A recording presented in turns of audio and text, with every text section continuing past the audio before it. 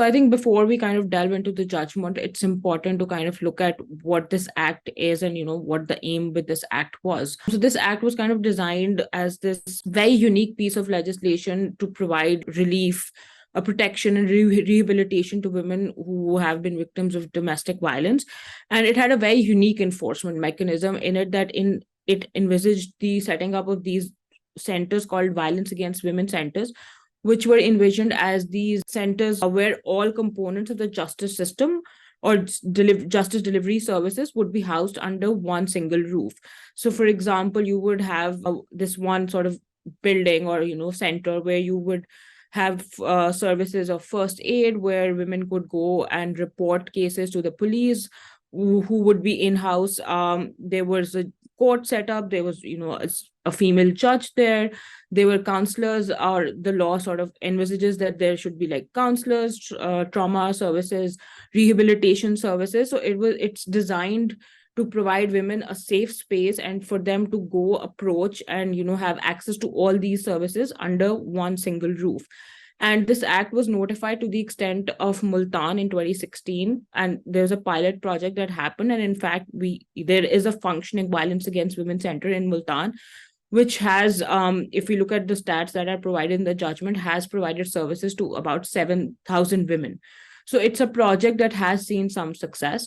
But coming back to the Shariat Court's judgment, this act was, as soon as it was passed in 2016, it faced a lot of backlash from, religious parties and religious elements, and it was immediately challenged before the Shariat Court. Now, this judgment, it's landmark in terms of how categorical it is, because it takes every single argument that has been put forth by the petitioners and categorically dismantles it, and in very, very clear terms says that this act in itself is inherently Islamic because it provides protections against domestic violence.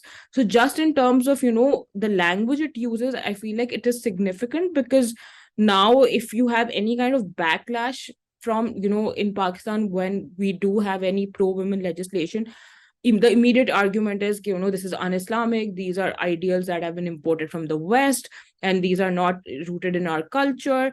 But now, your main sort of, argument against that is that, this act was scrutinized by the Federal Shariat Court, which is a constitutionally sanctioned body designed to sort of test laws on the touchstone of, Islamic injunctions, which has categorically, in very unyielding and resolute terms, said that this law is inherently Islamic and there's nothing wrong with it. One distinction I will draw is, for example, we have domestic violence laws in Sindh and Balochistan, which criminalize the act of domestic violence. This legislation does not do that. What it does is that it sort of envisions, as I spoke earlier, about the setting up of these centers called violence against women centers, so which provide women or victims of domestic violence components of the justice system under one roof. And then what it also does is that through the procedure that's outlined in court, like a summary trial procedure, victims of domestic violence can get protection orders in their favor, or residence orders, or monetary orders. So protection order would be, for example, if somebody has been subjected to violence or has an apprehension that they will be subjected to violence, they can come and report a case. And within this law, there's also a government official designated as the District Women Protection Officer. So either they can file a complaint themselves or through the District Women Protection Officer. And then the court will sort of pass an order directing, whoever the perpetrator of domestic violence is, to, for example, stay away from the aggrieved person or, not contact them. There is a provision which, if there's a risk of grave violence or if there has been grave violence, to direct these perpetrators to wear GPS trackers so that their movements can be located.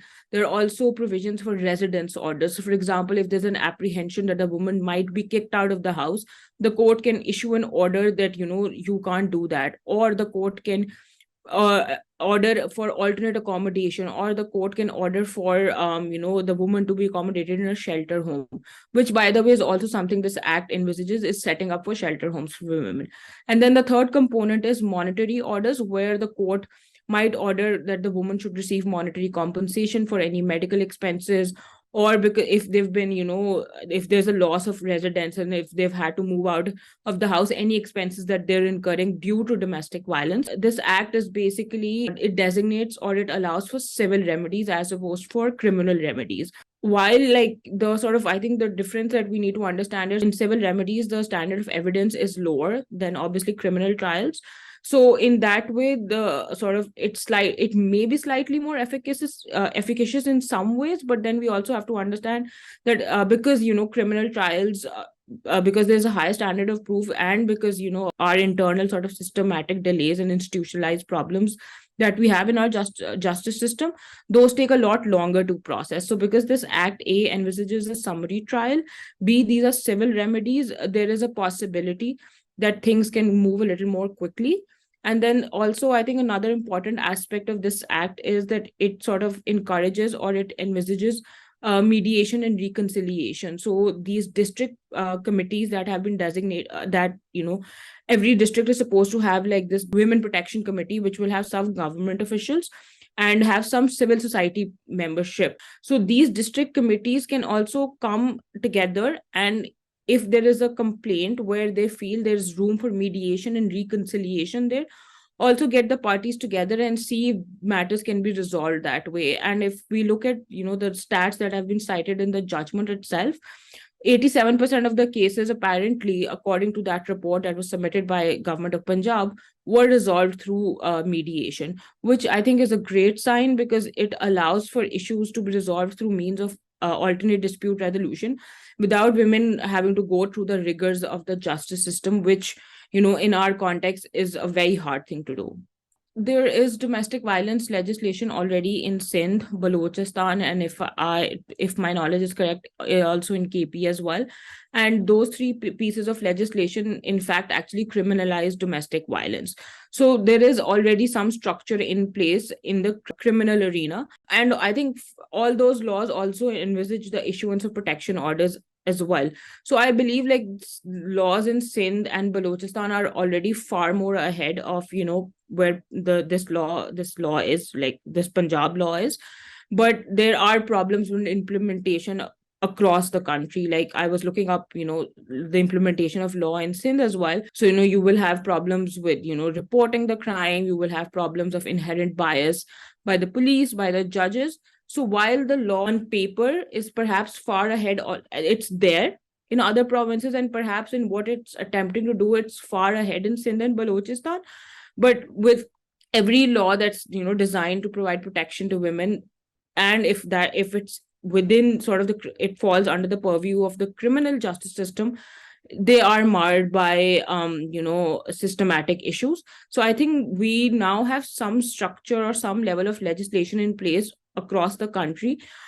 Our focus now has to be on making sure that they're implemented well. And, we train police, so public prosecutors, so judges in sort of gender, we provide gender sensitization trainings to them. We kind of sensitize them to the issues faced by women. We sensitize them to sort of, unlearn their biases. So I think we're at the step now where we need to kind of move forward from enacting one law after the other on paper and move towards making the implementation of existing laws better.